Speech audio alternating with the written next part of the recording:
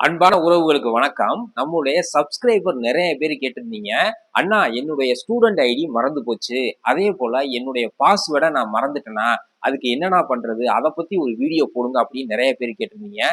நீங்க driving school போகாமலேயே உங்களுடைய mobile போன்ல இருந்து நீங்க மறந்த ஸ்டூடண்ட் ஐடியை எப்படி நம்ம திரும்ப கொண்டு வர்றது? அதே போல நீங்க மறந்த பாஸ்வேர்டை எப்படி நம்ம கண்டுபிடிக்கிறது அப்படின்னு இந்த வீடியோல தெளிவா ஸ்டெப் பை ஸ்டெப்பா A to Z பார்க்க போறோம்.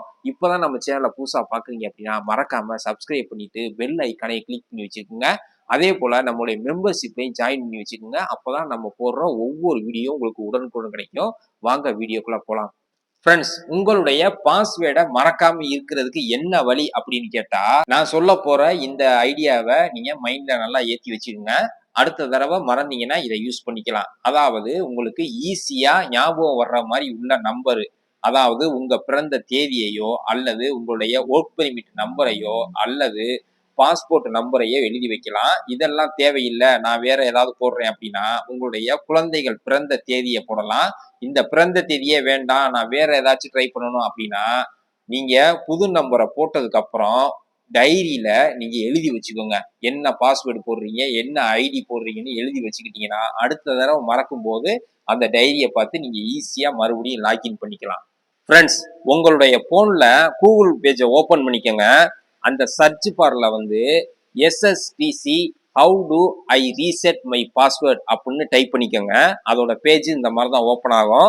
அந்த பேஜை நீங்க வந்து கிளிக் பண்ணீங்கன்னா அதுக்கு அடுத்த பேஜ் இந்த மாதிரி தான் ஓப்பன் ஆகும். அதுல ப்ளூ கலர்ல தெரியுற விசிட்டுங்கிற அந்த பேஜை டச் பண்ணீங்கன்னா அதுக்கப்புறம் உங்களுடைய பேஜ் இந்த மாதிரி தான் ஓப்பன் ஆகும். அதுல கீழே ஹியர்னு இருக்கு பாருங்க, அதை நீங்க டச் பண்ணீங்கன்னா நேர லிங்குக்கே உங்களை கூட்டிட்டு போயிடும். அந்த லிங்கு இது மாதிரிதான் ஓப்பன் ஆகும். அதுல நீங்க ஸ்டூடெண்ட் ஐடி மறந்துட்டீங்களா அல்லது பாஸ்வேர்டு மறந்துட்டீங்களான்னு கேட்கும்.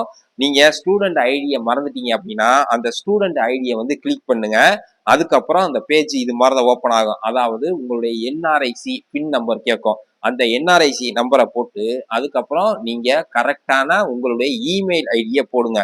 அதுக்கப்புறம் உங்களுடைய டேட் ஆஃப் பர்த்தை போட்டு நீங்க சப்மிட் கொடுத்தீங்க அப்படின்னா ஆட்டோமேட்டிக்கா நீங்க மறந்த ஸ்டூடெண்ட் ஐடி ஓப்பன் ஆயிரும். அதே போல நீங்க பாஸ்வேர்டை மறந்துட்டீங்க அப்படின்னா ஃபர்கோட் பாஸ்வேர்டு இருக்கு பாருங்க, அதை கிளிக் பண்ணுங்க. கிளிக் பண்ணிட்டு நீங்க லாகின் பண்ணீங்கன்னா அதுக்கப்புறம் உங்களுடைய பேஜ் இந்த மாதிரி தான் ஓப்பன் ஆகும்.